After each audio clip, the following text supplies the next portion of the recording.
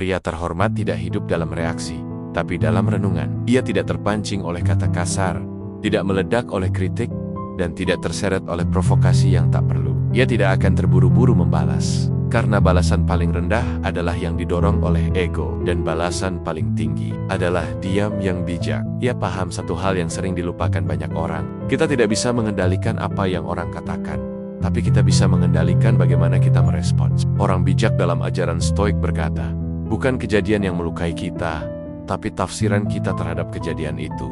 Dan karena itu, pria yang terhormat melatih jiwanya setiap hari, agar ketika ombak datang, ia tidak tenggelam. Agar ketika panasnya ejekan membakar, ia tetap sejuk seperti air yang mengalir. Ia tahu, dunia ini sering gaduh. Media sosial penuh debat, hinaan, dan kebencian. Semua orang ingin didengar, tapi sedikit yang mau mendengar. Semua ingin menang. Namun pria terhormat tidak ikut menari di atas panggung keramaian itu. Ia memilih menepi, karena bagi dia, ketenangan batin lebih mahal daripada kemenangan debat. Ia tahu bahwa ketenangan bukan tanda lemah. Sebaliknya, ia adalah bentuk kekuatan tertinggi. Butuh keberanian untuk tidak membalas, butuh kendali diri untuk tidak terpancing, dan butuh jiwa yang matang untuk tetap bijak ketika harga diri sedang diuji. Pria terhormat tak peduli jika dicap lemah karena diam, karena ia tidak hidup dari penilaian orang. Ia hidup dengan prinsip, dan salah satu prinsipnya adalah, bila ucapan tak bisa membangun, lebih baik diam yang menenangkan. Ia memilih refleksi dibanding reaksi, sebab ia tahu reaksi adalah naluri kesadaran, dan hanya manusia yang menyadari yang bisa mengubah dunia, dimulai dari dirinya sendiri. Pria seperti ini tidak hadir untuk membuat dunia kagum, tapi ia hadir untuk menjaga dunia tetap waras, walau hanya dengan sikapnya yang tenang di tengah badai. Ia bukan pahlawan dengan pedang, tapi penjaga kedamaian dengan kendali diri. Bagi pria terhormat, menjadi bijak lebih penting daripada menjadi benar. Menjadi damai lebih mulia daripada menang debat. Dan menjadi tenang lebih sulit, tapi jauh lebih berharga daripada menjadi keras kepala. Karena pada akhirnya, bukan seberapa keras kamu membalas, tapi seberapa dalam kamu bisa mengendalikan dirimu sendiri. Itulah ukuran kehormatan yang sejati. Pria terhormat tidak hidup untuk dicintai semua orang. Ia tidak menjilat demi pengakuan, tidak bersolek demi sorotan. Baginya, pujian itu seperti angin, mungkin menyenangkan, tapi tak bisa dijadikan arah hidup. Karena apa yang dicintai hari ini bisa dilupakan esok pagi. Ia bekerja bukan untuk dikenal, tapi karena itu hal yang benar untuk dilakukan. Ia tak sibuk membuktikan dirinya hebat, karena ia tak haus akan pengakuan. Dan hinaan bukan racun. Ia mengerti satu hal yang dilupakan banyak orang. Pujian bukan makanan. Jika kamu hidup dari pujian, kamu akan mati karena celaan. Jadi ia memilih jalan yang lebih sunyi, tapi penuh integritas. Jalan yang tak selalu mendapat aplaus. Jalan yang sering sepi. Ia memuliakan tugasnya, meski tak ada yang melihat. Ia menepati janji, meski tak dipuji. Karena yang membuatnya besar, bukan suara orang, tetapi prinsip dalam dirinya sendiri. Pria seperti ini tak perlu panggung, karena sikapnya sendiri adalah pertunjukan kejujuran. Ia tak bersinar karena lampu, tapi karena karakternya yang utuh, bahkan dalam gelap. Pria terhormat tak pernah merasa paling tahu. Semakin ia belajar, semakin ia sadar betapa luasnya dunia, dan betapa kecil dirinya dibanding ilmu yang belum ia kuasai. Ia tak berbicara untuk menggurui, tapi untuk membagi. Ia tak membanggakan gelar, jabatan, atau pencapaian, karena ia tahu kebijaksanaan sejati tidak haus akan pengakuan. Orang biasa ingin dihormati karena ilmunya, tapi pria terhormat justru menghormati orang lain dengan ilmunya. Ia tidak mempermalukan yang belum tahu. Ia tidak meremehkan yang sedang belajar, karena ia pernah di posisi itu, dan mungkin masih akan terus belajar. Ia tak silau dengan pujian, karena ia tahu pujian yang berlebihan bisa membuat seseorang lupa daratan. Sebaliknya, ia menunduk, bukan karena minder, tapi karena sadar, semakin tinggi pohon, semakin ia merunduk. Karena ia tahu, buah yang baik tumbuh dari akar yang kuat, bukan dari pameran daun. Ia hadir sebagai teladan, bukan sebagai penentu arah. Ia memimpin dengan hati, bukan dengan suara keras. Karena ia tahu, ilmu bukan untuk ditinggikan, tapi untuk merendahkan hati, dan untuk dimuliakan dalam perbuatan. Dalam filosofi Stoikisme, dia hidupkan satu prinsip penting. Jangan bangga karena tahu banyak, karena masih terlalu banyak yang belum kamu tahu. Itulah sebabnya, pria terhormat tidak berbicara untuk menunjukkan siapa dirinya, tetapi untuk membawa manfaat pada siapapun yang mendengarnya. Ia tidak mudah tersinggung ketika dipertanyakan. Ia tidak marah ketika berbeda pendapat, karena tujuan ilmunya bukan untuk membungkam, tapi membuka pikiran. Dan semakin tinggi pengetahuannya, semakin besar kesadarannya bahwa semua manusia sedang sama-sama belajar. Rendah hati bukan berarti merendahkan diri, tapi berarti tidak meninggikan diri, walaupun punya alasan untuk melakukannya. Pria seperti ini tahu bahwa orang yang paling bijak adalah orang yang paling tenang dalam obrolan dan paling sederhana dalam penampilan. Ia tidak butuh sorotan, karena cahayanya datang dari kejujuran dan ketulusan. Karena pada akhirnya, ilmu yang sejati bukan hanya yang dipelajari, tapi yang membentuk karakter. Dan karakter pria terhormat bukan tercermin dari seberapa tinggi ia berdiri, tapi seberapa rendah ia mau menunduk untuk menyapa orang lain. Pria terhormat tidak mencari tinggi dengan merendahkan orang lain.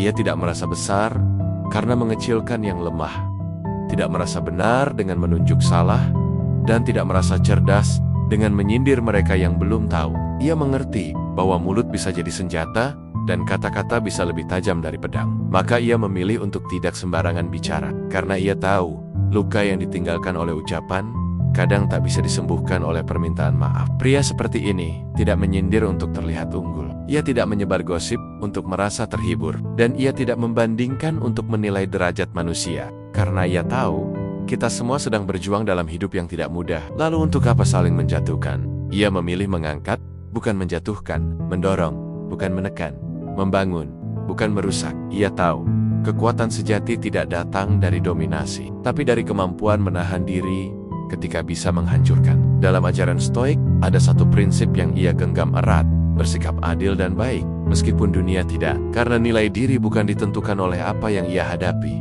tapi bagaimana ia meresponnya. Pria terhormat tahu bahwa dalam setiap orang ada luka yang tak terlihat, ada perjuangan yang tidak diceritakan, dan ada kesedihan yang mereka simpan dalam diam. Maka ia memilih berkata dengan lembut.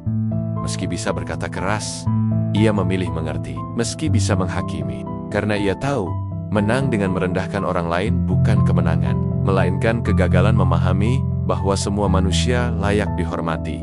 Pria seperti ini hadir seperti cahaya di ruangan gelap, tidak berisik, tidak mencolok. Ia mampu membuat semua orang merasa lebih nyaman. Ia tak pernah memamerkan kebaikannya, karena ia tahu kebaikan yang tulus tidak perlu penonton. Ia memegang teguh satu prinsip: hormati bahkan mereka yang tak menghormatimu. Karena kehormatanmu tidak berasal dari sikap mereka, tapi dari siapa dirimu. Dan itulah pria yang terhormat. Ia bisa saja membalas dengan hinaan, tapi ia memilih senyum. Ia bisa saja mempermalukan, tapi ia memilih diam, bukan karena lemah, tapi karena kuat. Kuat dalam mengendalikan ego, kuat dalam memilih sikap yang membangun, bukan menghancurkan. Karena pada akhirnya, pria yang menjunjung harga diri orang lain telah membuktikan bahwa ia memiliki harga diri yang tak tergoyahkan. Dan itulah kehormatan yang tak bisa dibeli dengan harta dan tak bisa dibangun dengan menjatuhkan siapapun. Pria terhormat tidak menyalahkan siapapun atas kehidupannya, tidak masa lalu, tidak orang tua, tidak pasangan, bahkan tidak takdir. Ia tahu satu hal yang sederhana, namun tidak semua orang siap menerimanya.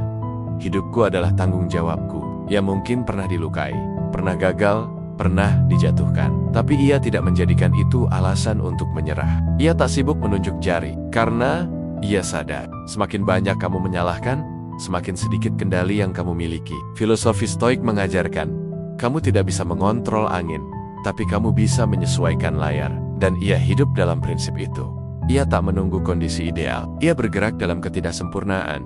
Ia bangkit, walau tak selalu disemangati. Ia bekerja, walau kadang tak dihargai, karena ia tahu hidup ini bukan tentang keadilan, tapi tentang bagaimana kita merespons ketidakadilan. Pria terhormat tidak menyimpan dendam kepada nasib. Jika dia jatuh, dia belajar. Jika dia gagal, dia bertanya, apa yang bisa aku ubah? Bukan mencari siapa yang harus aku salahkan, karena dia sadar menyalahkan keadaan atau menyalahkan orang adalah perbuatan salah, tapi ia lebih memilih bertanggung jawab. Karena itu membuatnya jadi lebih kuat. Ia tahu bahwa kehidupan bukan panggung untuk mencari simpati. Ia tidak mengemis belas kasihan, karena dalam dirinya telah tumbuh rasa kepemilikan penuh atas waktu, atas keputusan, atas akibat. Ia hidup dengan kesadaran tinggi bahwa setiap pilihan punya harga, dan ia siap membayar harga itu tanpa menyalahkan siapapun. Dalam diamnya, ia bekerja. Dalam gagal, ia belajar. Dalam berhasil, ia bersyukur tanpa merendahkan. Ia bukan tanpa rasa lelah, bukan tanpa air mata, tapi ia tidak pernah memakai kesedihan sebagai tameng untuk lepas dari tanggung jawab. Ia bukan sosok sempurna, tapi dia adalah pria yang ketika menghadapi cermin bisa berkata jujur, "Ya, ini semua hasil pilihanku, dan aku tidak akan lari darinya." Ia tahu bahwa tanggung jawab bukan beban, tetapi kehormatan. Pria seperti ini akan berdiri tegak, bahkan dalam kegagalan, karena harga dirinya bukan berasal dari hasil, tapi dari keberanian untuk mengakui bahwa hidupnya ada di tangannya. Karena pada akhirnya, pria terhormat bukan yang tak pernah jatuh, tapi yang tidak menyalahkan tanah tempat ia tersungkur. Ia berdiri, membersihkan diri, dan melangkah lagi, bukan karena dunia menjadi lebih mudah, tetapi karena ia menjadi lebih kuat. Itulah beberapa cara seorang pria yang terhormat memperlakukan dirinya sendiri. Di bawah naungan ilmu dan kemampuannya, ia bahkan bisa mengendalikan dunia jika ia mau. Mari kita sama-sama belajar untuk menjadi pria terhormat, penuh kebijaksanaan, dan semoga yang menonton ini akan mampu mengambil ilmunya dan mempraktikannya dalam kehidupan sehari-hari. Jangan lupa ketik tombol like, komen, dan share ke sahabat-sahabat kamu dan keluargamu tercinta, agar mereka sama-sama mendapatkan ilmu dan pelajaran dari video ini. Terima kasih.